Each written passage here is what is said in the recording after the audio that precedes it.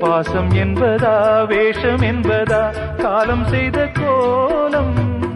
பாசம் என்பதா வேஷம் என்பதா காலம் செய்த கோலம்? கூடி வாழ கூடு தேடி ஓடி வந்த ஜீவன் ஆடிப்பாட காடு தேடும் யார் செய்த பாவம்? தாய் என்னும் பூமாலை தரை மேலே வாடுதே. சிட்டுக்கு செல்ல சிட்டுக்கு ஒரு சிறகு முளைத்தது. இரத்தத்தில் வந்த சொந்தங்கள் அந்த உறவு முறிந்தது. தந்தையும் இல்லை அன்னையும் இல்லை கனவா வெறும் நினைவா?